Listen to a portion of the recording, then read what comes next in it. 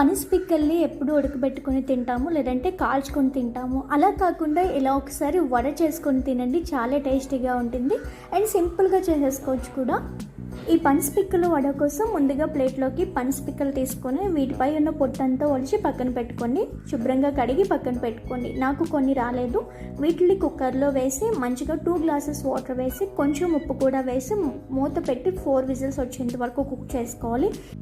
ఇలా మెత్తగా కుక్ అయితే సరిపోతుంది. ఇప్పుడు వీటన్నింటినీ మిక్సర్లో యాడ్ చేసుకొని ఇలా పేస్ట్గా కొంచెం వాటర్ యాడ్ చేసుకొని గ్రైండ్ చేసుకొని పెట్టుకోవాలి. ఇప్పుడు అందులో ఒక మీడియం సైజ్ ఆనియన్ని ఇలా కట్ చేసుకొని వేసుకోండి అండ్ 2 నుంచి 3 గ్రీన్ చిల్లీస్, కొంచెం కరివేపాకు, కొంచెం కొత్తిమీర, అలాగే 1/2 టీ స్పూన్ పసుపు, 1 టేబుల్ స్పూన్ కారం, 1/2 టీ స్పూన్ జీలకర్ర, రుచికి సరిపడా సాల్ట్ కూడా వేసి మొత్తం అంతా బాగా మిక్స్ చేసుకోవాలి. ఇందులో వాటర్ ఏమీ యాడ్ చేయాల్సిన అవసరం లేదండి.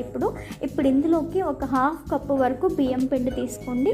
వేసి మొత్తం అంతా బాగా మిక్స్ చేసుకొని పక్కన పెట్టండి. డీప్ ఫ్రైకి సరిపడా ఆయిల్ పెట్టి ఏదైనా కవర్ కానీ లేదంటే ప్లేట్ కానీ తీసి జస్ట్ లైట్గా ఆయిల్ అప్లై చేసుకుంటే మనకి గారె ఈజీగా వస్తుంది. మనకి కావాల్సినంత పిండి తీసుకొని నచ్చిన షేప్లో గారె తీసుకొని ఇలా ప్యాన్లో వేసేసి మంచిగా మీడియం ఫ్లేమ్లో గోల్డెన్ కలర్ వచ్చేంత వరకు వేయించుకుంటే మనకి గారె అనేది పర్ఫెక్ట్గా వేగిపోతుందండి. పల్చగా చేసుకొని మరి లావుగా వద్దు. గారెని చూసారా ఎంత క్రిస్పీగా ఎంత బాగా కనిపిస్తున్నాయో.